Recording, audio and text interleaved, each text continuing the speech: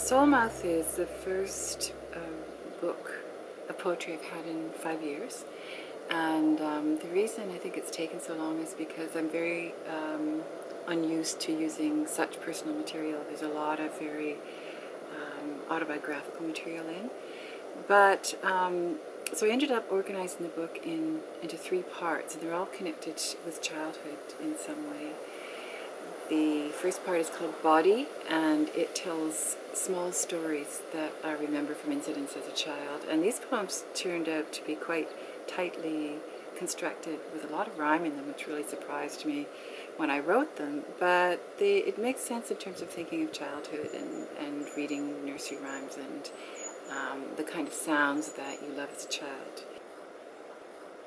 The first poem I'm going to read is called Museum, and it was my first experience of going to a museum, and when I was a child, the museums weren't interactive like they are now. They were mostly composed of glass cases stuffed with animals.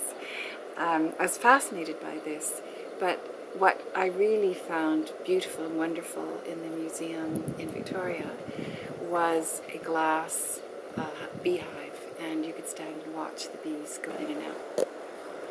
I felt as if I'd stumbled on some truth, and silent shrieking birds and tawny-coated cougars under glass would one day join the exodus of bees.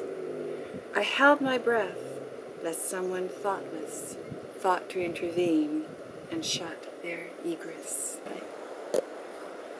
A poem from the second section in the book, Soulmouth, I'd like to read, holds in it several stories. There are stories my father told me about a boy he knew who had almost drowned, and ever after his family had to keep him away from water. Every time he came near water of any kind, even if it was just water in a bucket, he would try to get back in the water, try to return to the place he'd been.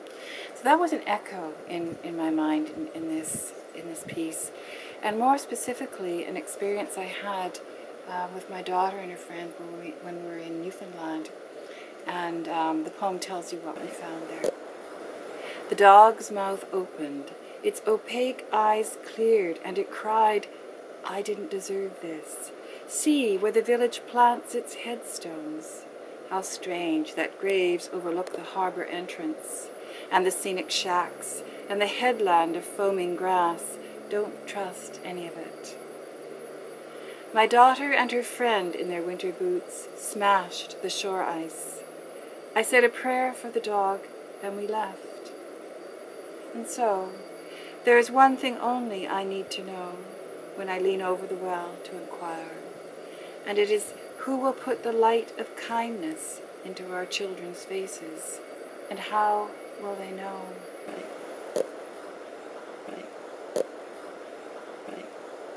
And the final section is called The Storytellers on Their Carpets, and it's composed of many individual pieces, stories, sometimes retellings of myths. There is a little group of poems which is very directly about the feeling of soul, in childhood, when you have a feeling, you don't know what it is, but it's very profound and always stays with you.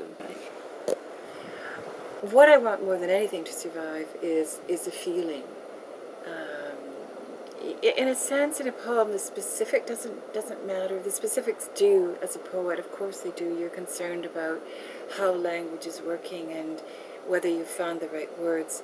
But if the feeling is conveyed, then an experience is conveyed, and a communication has been made between people in completely different worlds and completely different environments.